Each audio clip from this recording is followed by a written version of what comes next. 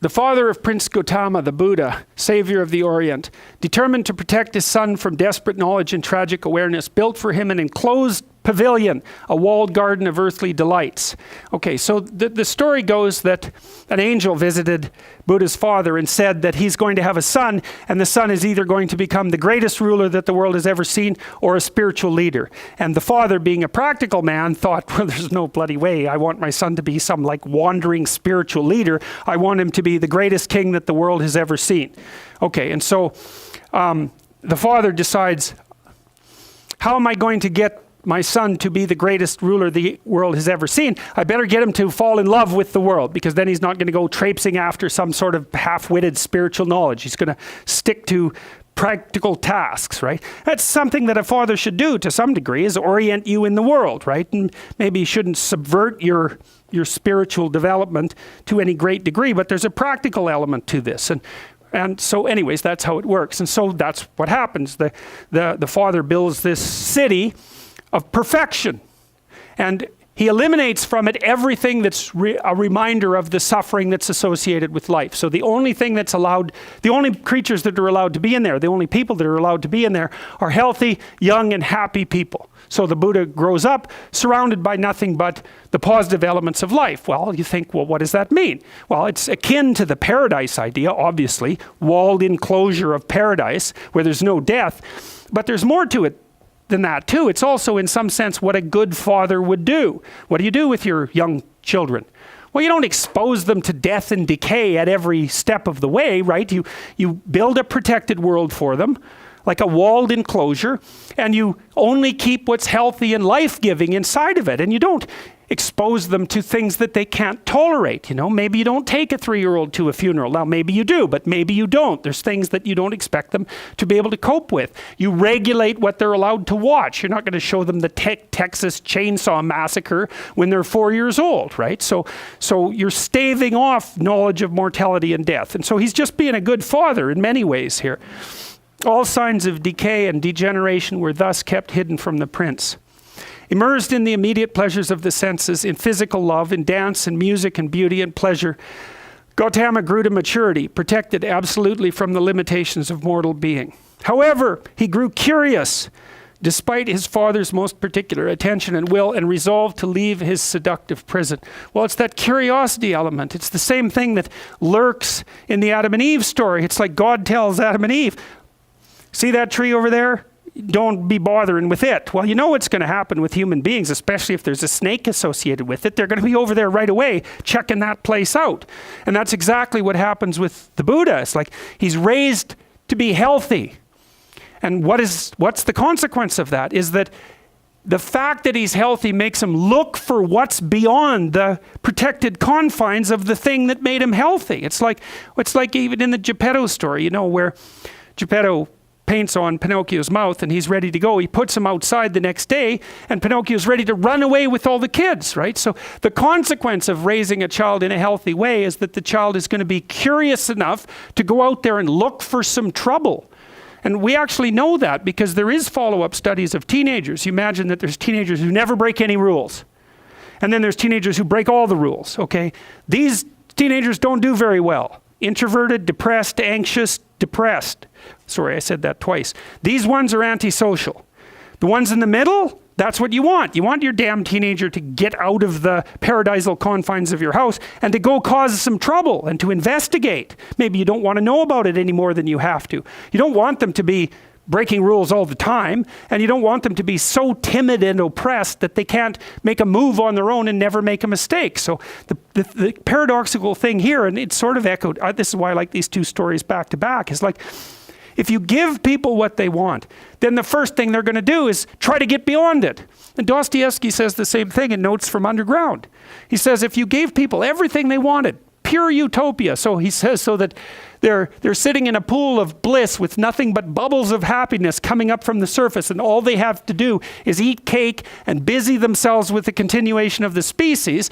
Dostoevsky's observation is the first thing that people would do is find something to smash that with, just so that something interesting and perverse could happen. It's like, well, yes, we're creatures that are designed to encounter the unknown. We want to keep moving beyond what we have, even if what we have is what we want. And maybe that's partly because we're oriented towards the future. We think, well, this is great, but it's not good enough. It's great, but it's not good enough. There's always something more that drives us forward. Well, so that's what happens with the Buddha. He gets curious. He sees the walls. He thinks, well, there's walls. There's probably something outside of those walls. So then he goes to his father. And he says, I want to go outside. What's outside? And his father says, nah, you don't want to go outside. And Buddha says, yeah, well, I really do want to go outside. And his father knows that unless he lets him go outside, he's going to climb over the walls. And so the father decides he's going to let him go outside, but he's going to fix everything out there first. So he goes outside. It's like the Chinese preparing for the Olympics, you know, when they sprayed the grass with green paint, got rid of all the homeless people. It's the same thing. So he goes outside the city and he tells everyone, all right, old people, sick people, dying people, hit the road. We don't want to see you for a while. Clean all this out. We want the attractive people around the sides of the roads, like waving palm fronds and all of that. And so when my son comes out, he's going to see nothing but what's good. And so he gets that all arranged and he lets his son go outside. Now, his son goes outside in this little chariot thing and he has someone with him. Now, unbeknownst to his father, that person that's with him is an emissary of the gods. And so in a perverse way, he plays the same role as the serpent in the story of Adam and Eve. And the gods have already arranged so that the father's care is going to be insufficient. And it's the snake in the garden idea. It's like no matter how much care you take to make things perfect, some of what you're excluding is going to come back in. So anyways, Buddha goes outside and he's in his chariot, and preparations were made to gild his chosen route, to cover the adventurer's path with flowers, and to display for his admiration and preoccupation the fairest women of the kingdom. The prince set out with full retinue in the shielded comfort of a chaperoned chariot and delighted in the panorama previously prepared for him. The gods, however, decided to disrupt these most carefully laid plans and sent an aged man to hobble in full view alongside the road. The prince's fascinated gaze fell upon the ancient interloper. Compelled by curiosity, he asked his attendant, "What is that creature stumbling, shabby, bent and broken beside my retinue?" And the attendant answered, "That is a man like other men, who was born an infant, became a child, a youth, a husband, a father of fathers. He has become old, subject to destruction of his beauty, his will, and the possibilities of life." "Like other men, you say?" hesitantly inquired the prince. "That means this will happen to me?" And the attendant answered, "Inevitably, with the passage of time." Well, that's the end of that party. The world collapses in on Buddha and bang, he hightails it home. Well, what does that mean? Well, that's what children do, roughly speaking, is they're around their mother. They've got security there. They go out into the unknown. They encounter something that's just a little bit too much for them. Bang, they come home. They get all patted back into shape and hugged and taken care of. Hugging children and patting them is actually analgesic. It actually reduces pain. Unsurprisingly, that's what you do with someone who's grieving, right? So you hug them because grief is pain. So they, you pat them, they get rid of their pain, they get rid of their anxiety, you calm them down, and what happens? Well, the next day they want to go out again.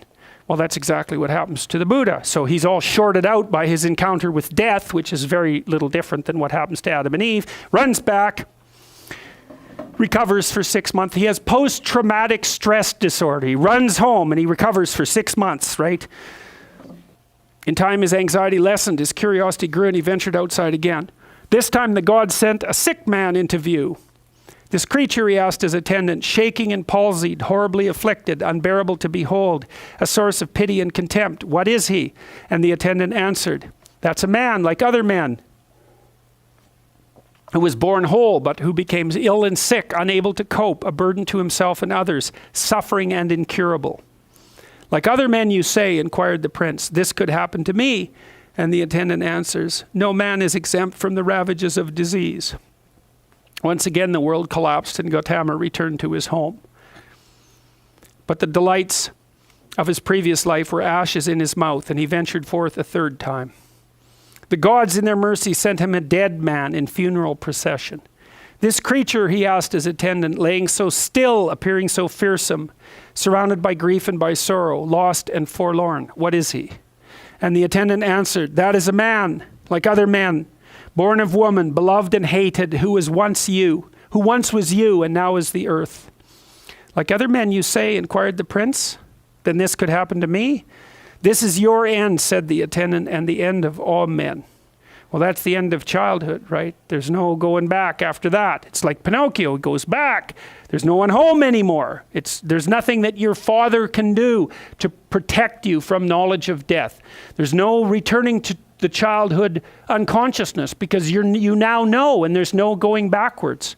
Suicide, that's going backwards. That's how you replace your emergent self-consciousness with the old blissful unconsciousness. And that's exactly what suicidal people wish. They're going to destroy their painful self-consciousness and make it all go away. The world collapsed a final time, and Gautama asked to be returned home.